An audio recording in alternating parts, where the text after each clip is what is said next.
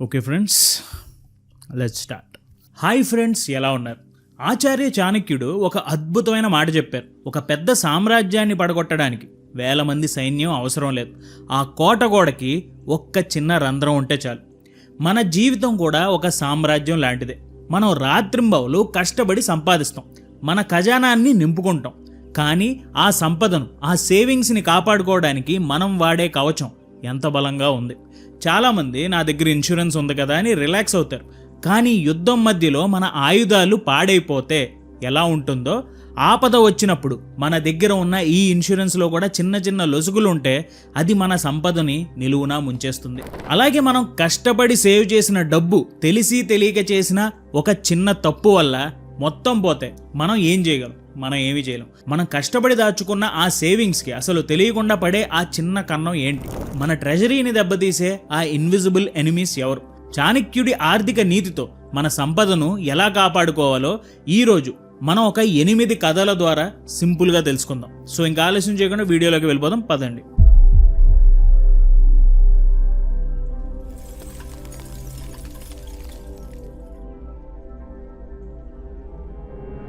ముందుగా the illusion of small savings. చాణక్యుడు తన అర్థశాస్త్రంలో ఒక అద్భుతమైన మాట చెప్పారు. చిన్న చిన్న పొదుపుల మీద మోజుపడే రాజు తన రాజ్యానికి వచ్చే మహావిపత్తుని ఆహ్వానించినట్టే. అంటే ఎక్కడైతే డబ్బు ఖర్చు పెట్టాలో అక్కడ పెట్టకపోవడం వల్ల మనం ఏదో డబ్బు సేవ్ చేసాం అని అనిపించుకోదు. అది తెలివి తక్కువతనం అవుతుందని చాణక్య నీతి. అనగనగా ఒక ఊరిలో ఒక వ్యాపారి ఉండేవాడు. అతను చాలా తెలివైనవాడు. కానీ అతనికి ఒక వింత అలవాటు ఉండేది. తన ఖజానాకి, అంటే తన ట్రెజరీకి కావాల్సిన తాళాలన్నీ కొనేటప్పుడు 100 రూపాయలు ఎక్కువైనా సరే మంచి బ్రాండెడ్ తాళం కొనడానికి ఇష్టపడకుండా రోడ్డు పక్కన దొరికే 10 రూపాయల తాళాలు కొనేవాడు. అలా ఒక 10 తాళాల మీద 900 రూపాయలు ఆదా చేశానని అతను చాలా గొప్పగా చెప్పుకునేవాడు, గర్వపడేవాడు.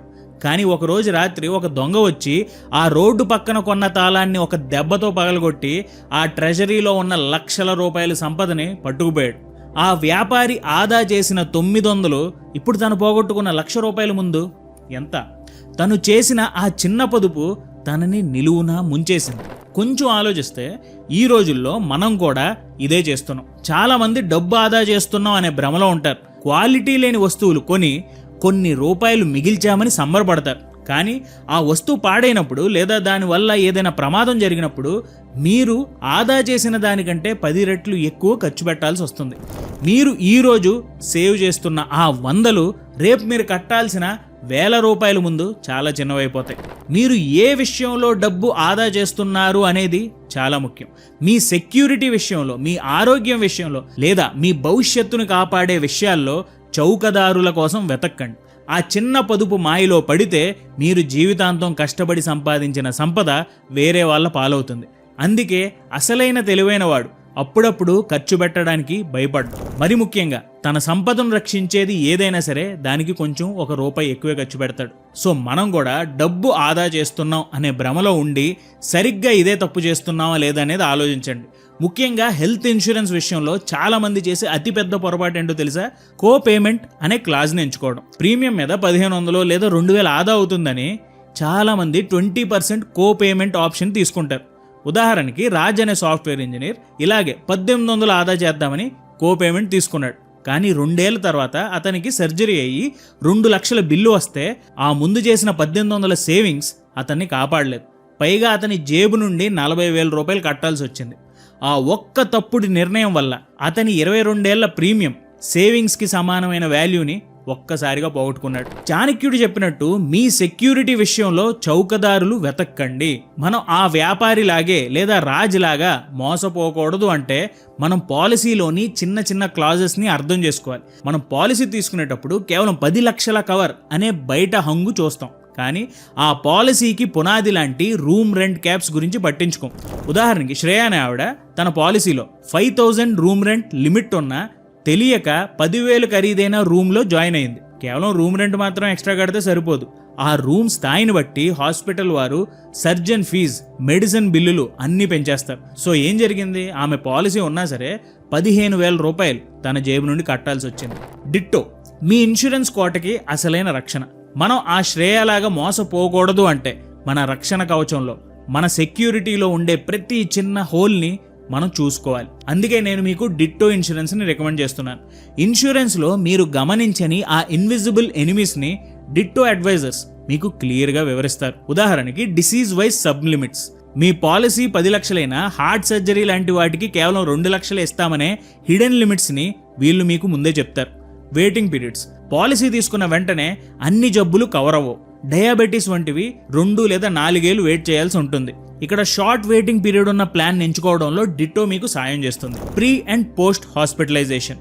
హాస్పిటల్లో జాయిన్ అవ్వడానికి 30 రోజుల ముందు, డిశ్చార్జ్ అయిన 60 రోజుల తర్వాత అయ్యే ఖర్చులన్నీ కవర్ చేసే ప్లాన్స్ గురించి వీళ్ళు గైడ్ చేస్తారు. Restoration and NCB. Me policy cover ఒక క్లెయిమ్తో అయిపోయినా దాన్ని మళ్ళీ రీసెట్ చేసే రీస్టోరేషన్ గురించి, అలాగే క్లెయిమ్ చెయ్యని సంవత్సరాల్లో మీ కవర్ని పెంచే నో క్లెయిమ్ బోనస్ గురించి వీళ్ళు మీకు క్లియర్గా వివరిస్తారు.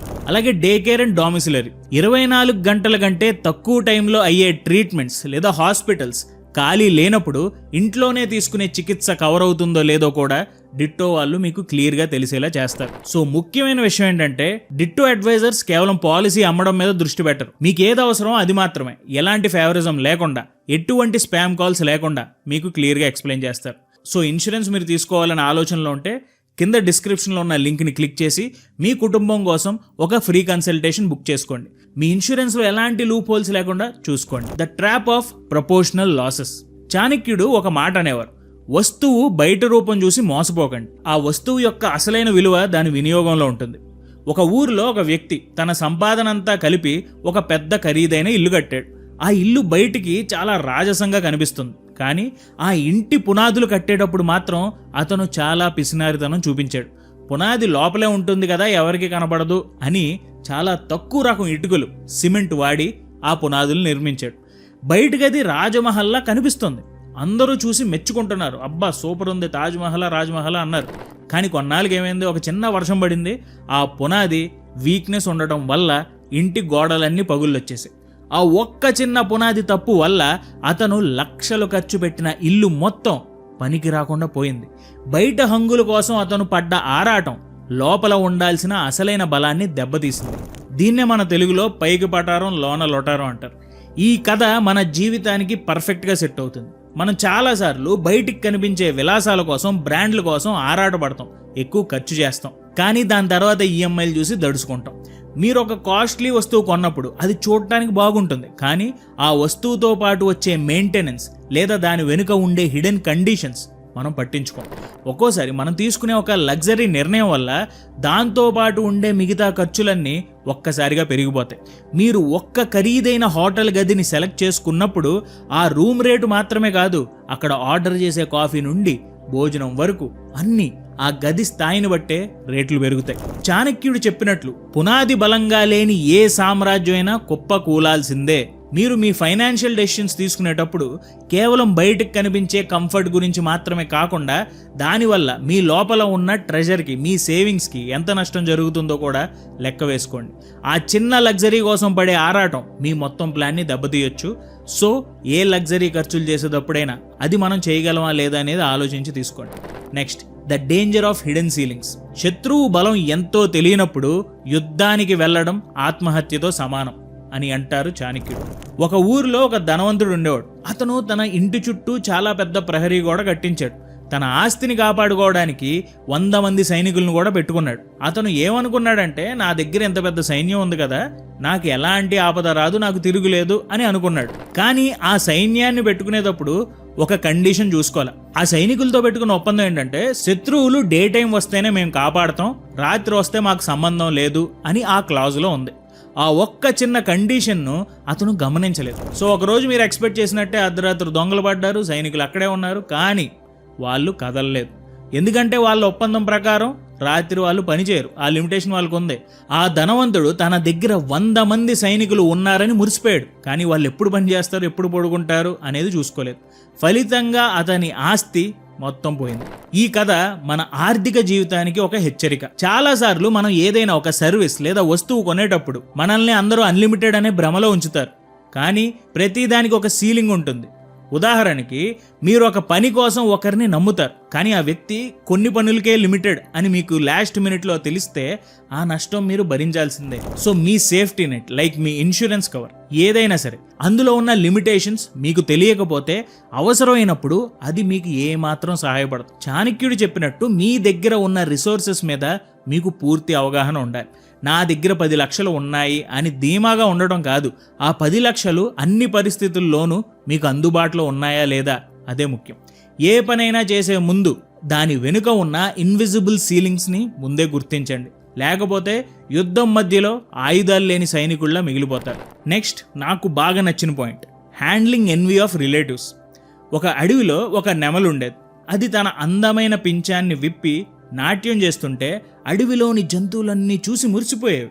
కానీ ఆ నెమలికి అత్యంత దగ్గరగా ఉండే ఒక కాకి మాత్రం దాన్ని చూసి కుళ్ళుకునేది.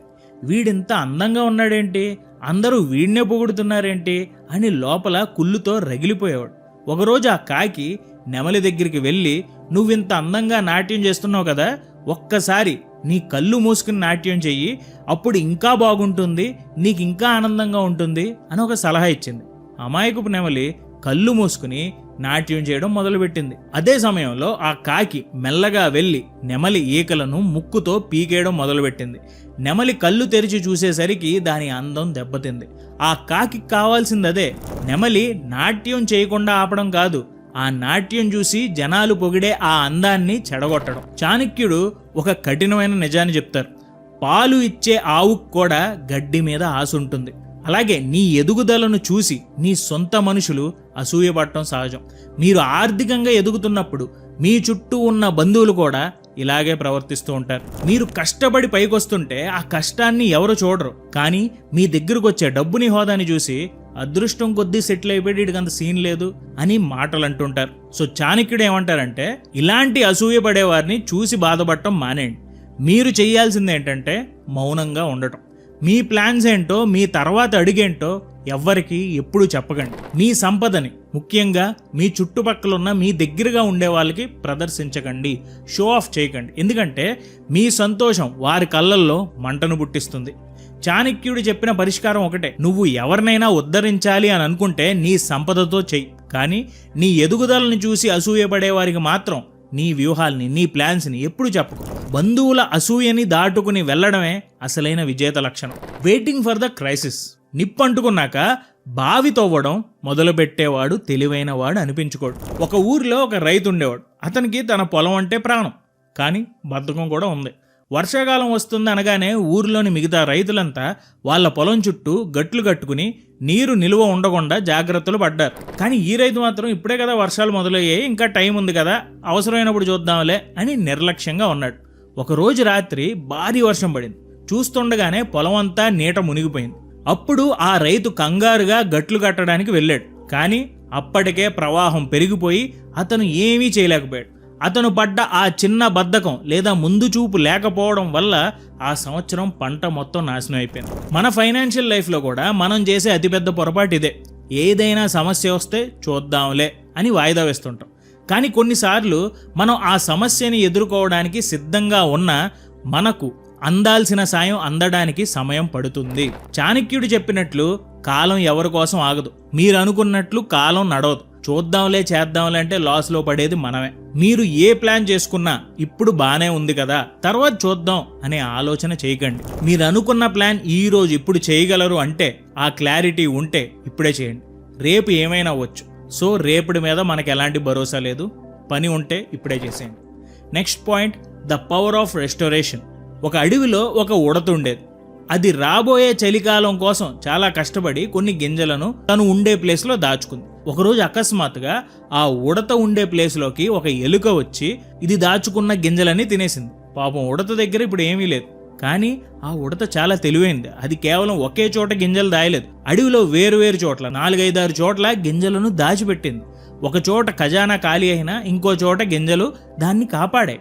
ఆ రెండో ఆప్షన్, ఆ మూడో ఆప్షన్, ఆ నాలుగో ఆప్షన్, ఇలా ఆప్షన్స్ ఉండడం వల్లే ఆ ఉడత బతికి బట్టగట్టింది. చాణక్యుడు ఒక మాట చెప్తారు, ఒక యుద్ధంతోనే సైన్యం మొత్తం ఖర్చు అయిపోకూడదు. తెలివైన రాజు ఎప్పుడు తన సైన్యాన్ని మళ్ళీ నింపుకునేలాగా, రీస్టోర్ అయ్యేలాగా ఒక బ్యాకప్ ప్లాన్ని సిద్ధంగా పెట్టుకుంటాడు. మన జీవితంలో కూడా కష్టాలు ఒక్కొక్కటిగా రావు, కొన్నిసార్లు గుంపుగా అటాక్ చేస్తాయి. మీరు ఒక పెద్ద విషయం కోసం మీ దగ్గర ఉన్న డబ్బునంతా ఖర్చు చేశారు. సరిగ్గా అదే సమయంలో ఇంకొక సమస్య వస్తే ఏం చేస్తారు? చాలా మంది నా దగ్గర 5 లక్షలు ఉన్నాయి కదా అని ధీమాగా ఉంటారు. కానీ ఆ 5 లక్షలు ఒకేసారి ఖర్చు అయిపోతే మీ కుటుంబం ఎలా బ్రతకాలి? చాణక్యుడు చెప్పినట్లు మీ రక్షణ కవచం, మీ ప్రొటెక్టివ్ కవర్ ఒకసారి వాడేగానే అయిపోయేలా ఉండకూడదు. అది మళ్ళీ తానంతట తానే నింపుకునేలాగా, రీస్టోర్ అయ్యేలాగా ఉండాలి. సో మీరు చేసే ఏ ప్లాన్ అయినా వన్ టైం యూజ్లా ఉండకూడదు. ఆపదలో మీ ట్రెజరీ, మీ సేవింగ్స్ ఖాళీ అయినా వెంటనే దాన్ని భర్తీ చేసే శక్తి మీ ప్లాన్కు ఉండాలి. అలాంటప్పుడే మీ లైఫ్లో ఎంత పెద్ద ఇబ్బంది వచ్చినా మీరు తట్టుకోగలరు. The danger of false advisers. ఒక ఊరిలో ఒక ధనవంతుడు ఉండేవాడు. అతను తన వ్యాపార విషయాలన్నీ చూసుకోవడానికి ఒక మేనేజర్ని పెట్టుకున్నాడు. ఆ మేనేజర్ ఎప్పుడు ఆ ధనవంతుడిని పొగుడుతూ అతను ఏది చేసినా చాలా గొప్ప నిర్ణయం సార్, సూపర్ సార్, అబ్బా ఏం నుంచున్నారు సార్ అని అంటుండేవాడు. ధనవంతుడు కూడా అది చూసి మురిసిపోయేవాడు. ఆ ధనవంతుడు తన మేనేజర్కి పూర్తి అధికారం ఇచ్చేశాడు. కానీ ఆ మేనేజర్ లోపల వేరే ప్లాన్ వేస్తున్నాడు. ధనవంతుడికి లాభం వస్తుందనే భ్రమ కల్పిస్తూ మెల్లగా అతని ఆస్తులన్నీ తన పేరు మీదకి మార్చేసుకున్నాడు. ఆ ధనవంతుడికి అసలు విషయం తెలిసేసరికి అంతా అయిపోయింది. అతను నమ్మి పెట్టుకున్న ఆ సలహాదారుడే, ఆ అడ్వైజరే అతని కొంప ముంచాడు. ధనవంతుడు తన ఖజానా మీద దృష్టి పెట్టాడు, కానీ ఆ ఖజానా తాళాలు ఎవరి చేతిలో ఉన్నాయో అతను గమనించలేదు. చాణక్యుడు ఏమంటారంటే, విషమున్న పాము కంటే తప్పుడు సలహాలిచ్చే స్నేహితుడు లేదా సలహాదారుడు ఇంకా ప్రమాదకరం. పాము ఒక్కసారే కరుస్తుంది, కానీ తప్పుడు సలహా మీ జీవితాన్ని అనుక్షణం నరకం చేస్తుంది. మనం ఎవరిని నమ్మి మన సంపద బాధ్యతలు అప్పగిస్తున్నాం అనేది చాలా ముఖ్యం. మనకి ఏదైనా తెలియని విషయం, ఉదాహరణకి ఫైనాన్స్ లేదా ఇన్సూరెన్స్ వచ్చినప్పుడు మనకి నిజంగా సాయం చేసే వాళ్ళకంటే, మన లాభం కంటే కూడా వాళ్ళ లాభం చూసుకునే వాళ్ళే ఎక్కువగా ఉంటారు. అండ్ వాళ్ళనే మనం నమ్ముతాం. బయట చాలా మంది మీకు అద్భుతమైన ప్లాన్లు చెప్తూ ఉంటారు, కానీ అందులో మీకు తెలియని హిడెన్ క్లాజెస్ చాలా ఉంటాయి. అండ్ అవసరమైనప్పుడు ఆ క్లాజులే మనల్ని కఠినంగా శిక్షిస్తాయి. మీరు కష్టపడి సంపాదించిన డబ్బుని కాపాడుకోవాలంటే మీకు కావాల్సింది మీకు నచ్చినట్లు చెప్పేవాళ్ళు కాదు, మీకు నిజం చెప్పే నిజాయితీ గల సలహాదారులు. చాణక్యుడు చెప్పినట్టు ఒక నిర్ణయం తీసుకునే ముందు 100 సార్లు ఆలోచించండి, కానీ ఆ నిర్ణయం సరైన వ్యక్తుల సలహాతో తీసుకోండి. మీ సంపదను కాపాడుకోవడానికి మీరిచ్చే బాధ్యత సరైన చేతుల్లో ఉందా లేదా చూసుకోండి, లేదా మీరు కట్టిన కోట మీ మీదే కూలిపోతుంది. చివరిగా the social mask of wealth. చాణక్యుడు చాలా పచ్చిగా ఒక మాట చెప్పారు. సమాజంలో ఒక వ్యక్తి గుణవంతుడా కాదా అని ఎవరు చూడరు, అతని దగ్గర ధనం ఉందా లేదా అనేదే చూస్తారు. ధనం ఉన్నవాడినే ఈ లోకం గొప్పవాడు అని కీర్తిస్తుంది. అంటే మీ దగ్గర సంపద ఉన్నంత కాలమే మీకు సమాజంలో గౌరవం, విలువలు ఉంటాయి. ఈ కథ వినండి, మీకు ఇంకా క్లారిటీగా అర్థమవుతుంది. ఒక ఊరిలో ఒక పెద్ద మనిషి ఉండేవాడు. అతను చాలా దాన ధర్మాలు చేసేవాడు, అందరికీ సహాయం చేసేవాడు. ఊరంతా అతన్ని దేవుడు అని అనడం మొదలుపెట్టింది. అయితే ఒకసారి వ్యాపారంలో నష్టం వచ్చి అతను తన ఆస్తులన్నీ పోగొట్టుకున్నాడు. ఏ రోజైతే అతను పేదవాడయ్యాడో ఆ మరుసటి రోజు నుండే అతన్ని గౌరవించే వాళ్ళందరూ ముఖం చాటేశారు. అతను పిలిచినా పలకడం మానేశారు. అప్పుడు అతను చాణక్యుడి దగ్గరికి వెళ్ళి తన బాధనంతా చెప్పుకున్నాడు. దానికి చాణక్యుడు నవ్వి ఏమన్నారంటే, నాయన, వాళ్ళు గౌరవించింది నిన్ను కాదు, నీ దగ్గరున్న సంపదని. ఆ సంపద నీ దగ్గర ఉన్నంతసేపు నువ్వు వాళ్ళకి మహానుభావుడివి, అది పోగానే నువ్వు కేవలం ఒక సామాన్యుడు. అందుకే నీ గౌరవం నిలబడాలంటే నీ సంపద ఎప్పుడూ నీ దగ్గరే ఉండాలి, ఆ ఉండేలా నువ్వు చూసుకోవాలి. ఇది ఈ ప్రపంచం ఎలా నడుస్తుందో చెప్పే చేదు నిజం. ఈరోజు మిమ్మల్ని పొగిడే బంధువులు కానీ, స్నేహితులు కానీ, రేపు మీరు ఒక చిన్న ఫైనాన్షియల్ ట్రబుల్లో ఉంటే సగం మంది మాయమైపోతారు. సమాజం ఇచ్చే ఈ నకిలీ గౌరవం మీద ఆధారపడకండి. మీ సంపదను కాపాడుకోవడం అంటే కేవలం డబ్బుని దాచుకోవడం కాదు, సమాజంలో మీ విలువను కాపాడుకోవడం. మీ దగ్గరున్న ఆఖరి రూపాయి కూడా మీ కోటని రక్షించే సైనికుడు లాంటిది. దాన్ని ఏ ఇన్విజిబుల్ ఎనిమి పట్టుకుపోకుండా చూసుకోవడం మీ బాధ్యత. చాణక్యుడు చెప్పినట్లు సంపద లేని మనిషిని సమాజం చిన్న చూపు చూస్తుంది.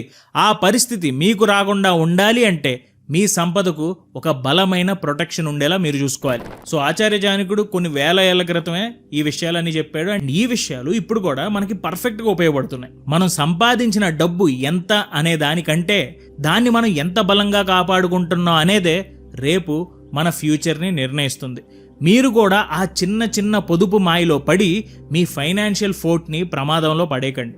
మీ ఇన్సూరెన్స్ పాలసీలో ఎటువంటి హిడెన్ క్లాసెస్ ఉన్నాయో తెలుసుకోవడానికి, అలాగే మీ ఫ్యామిలీకి ఒక సరైన రక్షణ కవచాన్ని, ఒక ప్రొటెక్టివ్ లేయర్ని ఏర్పాటు చేసుకోవడానికి కింద డిస్క్రిప్షన్లో ఉన్న లింక్ ద్వారా డిటో ఇన్సూరెన్స్ అడ్వైజర్స్తో ఒక ఫ్రీ కన్సల్టేషన్ బుక్ చేసుకోండి. అండ్ గుర్తుంచుకోండి, మీ భవిష్యత్తు కోసం మీరు తీసుకునే అత్యంత తెలివైన నిర్ణయం ఇదే అవుతుంది. ఈ వీడియోలో మీకు ఏ స్టోరీ బాగా నచ్చిందనేది నాకు కింద కామెంట్స్లో తెలియజేయండి. Thank you so much for watching our videos. జై హింద్.